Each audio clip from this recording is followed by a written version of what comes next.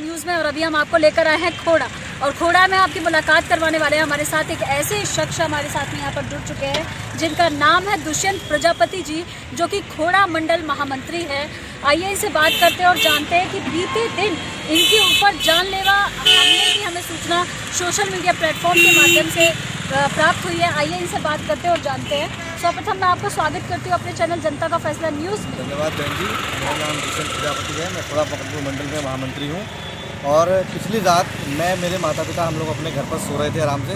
करीब रात के 12 बजे के आसपास ललित जायसवाल और उसके साथ करीब 30 से 40 लोग हथियारबंद लोग थे, डंडे और हथियार के साथ आए मेरे घर पर और आकर उन्होंने मेरा गेट नॉक किया। कई बार मैंने गेट नहीं खोला तो लगातार उन्होंने मेरा गेट नॉक किया। फिर मम्मी पापा ने ऊपर से आवाज़ आई कि क्या बात है भाई।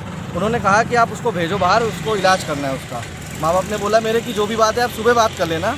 इसके बाद मैंने इनकी आवाज़ सुनी, गतिविधियाँ इनकी तेज़ हुई, मेरी गली में एंट्री करे ललित जायसवाल अपने पूरे गुंडों के साथ में, 30-40 लोगों के साथ में। और फिर मैंने इंस्पेक्टर थाना खोड़ा अध्यक्ष को फ़ोन किया। उनके माध्यम से 2 पुलिस वाले मेरे घर पे आए और 2 पुलिस वाले आए तो मैंने उनके सामने अपनी बात रखी और कहीं ना कहीं मुझे ऐसा फील हुआ कि उनका फेवर मुझे ना छोड़ के उनकी तरफ उनका रुझान था पुलिस वालों का। कहीं ना कहीं उनकी सहभागिता उनमें रही, जिसके माध्यम से उन लोगों ने मेरी सुनवाई नहीं करी बिल्कुल भी और उसकी ज़्यादा सुनी। फिर फोर्स और आई थाने से 5-6 पुलिस वाले और आए जिप्सी में। लेकिन इस ललित जायसवाल इसकी इतनी हिम्मत बढ़ी कि इसने उसके बाद भी करीब पुलिस वालों के सामने मुझे माँ बहन की गालियाँ दी और मेरे साथ वालों को गालियाँ दी और इसने बोला जान से मारने की धमकी दी सभी के सामने। तो इसका मनोबल इतना बढ़ गया है, सपा मानसिकता का ये व्यक्ति भाजपा में ज्वाइन करके और इस तरीके से हम लोगों को हमारी सक्रियता भारतीय जनता पार्टी के प्रति देखकर इसको कहीं ना कहीं हमसे तकलीफ है भविष्य को लेकर या जिस कारण भी। तो इसने इसलिए मेरे घर में जानलेवा हमला मेरे पे किया। वजह मुझे नहीं पता कि क्या कारण रहा। मैंने थाना खोड़ा में अपनी तहरीर दे दी गई है और थाना अध्यक्ष से निवेदन किया है कि गंभीर धाराओं में इसके ऊपर मुकदमा कर उसको जेल भेजने का काम करे, क्योंकि इस व्यक्ति का जो इतिहास है खोड़ा से लेकर आनंद विहार तक आपराधिक इतिहास है और संगीन धाराओं में मुकदमे इसके ऊपर हत्या, छिनैती, लूट और रंगदारी करने का भी इसके ऊपर आरोप लगा हुआ है। आनंद विहार पर यह व्यक्ति पूरी तरीके से जुआ खिलवाने का काम करता है, सट्टे का काम करता है। तो कहीं ना कहीं पूरी तरीके से इन व्यापार में संलिप्तता इसकी पूरी तरीके से है। तो मैं यही चाहूँगा प्रशासन से भी, आपके मीडिया के माध्यम से भी, कि मेरी बात माननीय मुख्यमंत्री योगी आदित्यनाथ जी तक जाए और इस प्रकार के अपराधियों को पकड़कर तत्काल प्रभाव से जेल भेजा जाए। जैसा कि अभी आपने अपने वक्तव्यों में कहा कि आपने जब प्रशासन से आए लोगों को भी अपनी बात बताई तो उन्होंने कोई संजीदगी नहीं बरती। तो आगामी क्या योजनाएं हैं आपकी, इसके लिखित शिकायत और कहाँ देने वाले हैं, आगामी किस तरीके से इस पर कार्य करेंगे? मैडम, मैंने इस व्यक्ति का जो इतिहास है खोड़ा से लेकर आनंद विहार तक आपराधिक इतिहास है और संगीन धाराओं में मुकदमे इसके ऊपर हत्या, छिनैती, लूट और रंगदारी करने का भी इसके ऊपर आरोप लगा हुआ है। आनंद विहार पर यह व्यक्ति पूरी तरीके से जुआ खिलवाने का काम करता है, सट्टे का काम करता है। तो कहीं ना कहीं पूरी तरीके से इन व्यापार में संलिप्तता इसकी पूरी तरीके से है।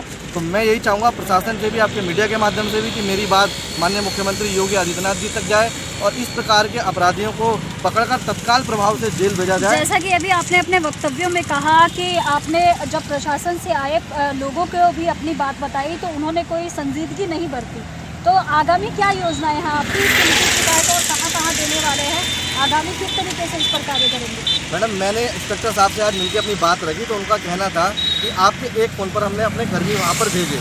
मैं एक्सेप्ट करूँगा, मैंने उनको धन्यवाद भी किया, लेकिन उनको मैंने ये भी बताया कि आपके द्वारा भेजे हुए आपके जो पुलिसकर्मी थे उनका सहयोग मेरे प्रति बिल्कुल भी नहीं था और उनका पूरा रुझान ललित जायसवाल की तरफ था, जिसकी शिकायत करने के लिए मैं अभी पुलिस कमिश्नर गाजियाबाद में जाऊंगा और मैंने अपनी सारी चिट्ठियां वाई डाक के माध्यम से मुख्यमंत्री जी से लेकर सभी जगह मैंने अपनी पहुंचा दी हैं और मैं अपनी कार्रवाई पूरी तरीके से करूंगा। और मुझे भरोसा है कि भाजपा सरकार में किसी प्रकार से सपा मानसिकता का व्यक्ति भाजपा में एंट्री लेकर हम जैसे छोटे कार्यकर्ताओं को धमका कर या हमें जान से मारने की कोशिश नहीं करेगा और मुख्यमंत्री का पूरा सहयोग हमें रहेगा।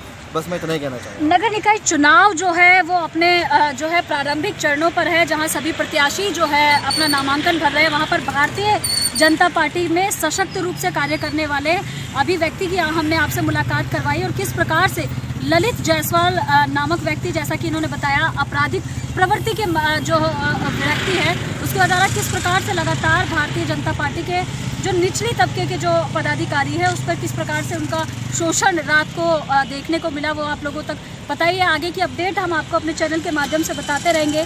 तब तक के लिए जुड़े रहिए हमारे चैनल के साथ। धन्यवाद।